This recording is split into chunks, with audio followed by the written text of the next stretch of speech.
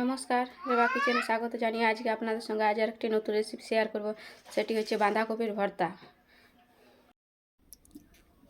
বাঁধাকপির ভর্তা বানানোর জন্য আমি এখানে বাঁধাকপিকে প্রথমে কেটে নিয়েছি। এবার এই বাঁধাকপিটাকে আমি সিদ্ধ করে নেব 5 থেকে 7 মিনিটের জন্য।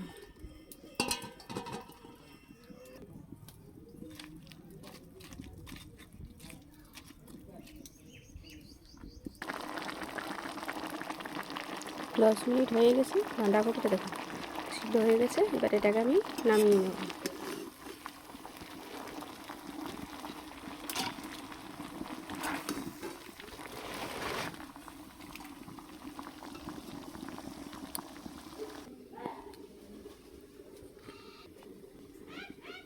বাঁধাকপিটা জল ঝরিয়ে নিয়েছি, এবার এটাকে আমি বেটে নেব। বাঁধাকপিটা বাটা হয়ে গেছে, এটা বেটে নিয়েছি এভাবে। এরপর কড়াইয়ের মধ্যে কিছুটা সরষের তেল দিয়ে আমি কিছুগুলো বাদাম ভেজে নিব। বাদামগুলো ভাজা হয়ে গেছে, এবার এগুলোকে আমি তুলে নেব। এবার ওই তেলের মধ্যে শুকনো লঙ্কা আর গোটা জিরে দিয়ে দেবো, কিছুটা পেঁয়াজ দিই, একটা তেজপাতা আর দুটো টমেটো।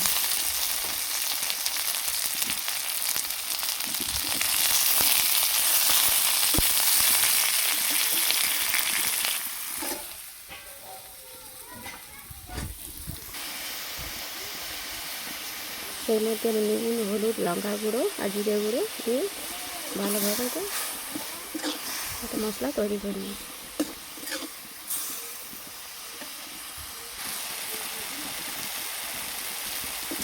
মশলাটা ভালোভাবে কষানো হয়ে গেছে। এরপর আমি এখানে যে বাঁধাকপি বাটাটা রেখেছিলাম সেটা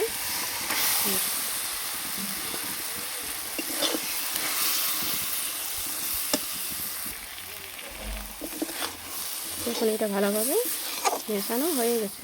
এবার এটাকে নামিয়ে দেবো।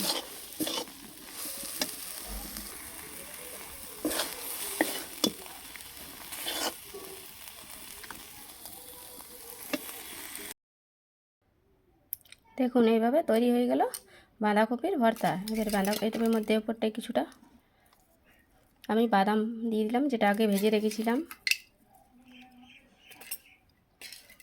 আর উপর থেকে একটু সরষের তেল, ভর্তা মানেই কাঁচা সরষের তেল একটু। এভাবে বাড়িতে বানিয়ে খাবেন, আর কেমন লেগেছে অবশ্যই আমাকে জানাবেন।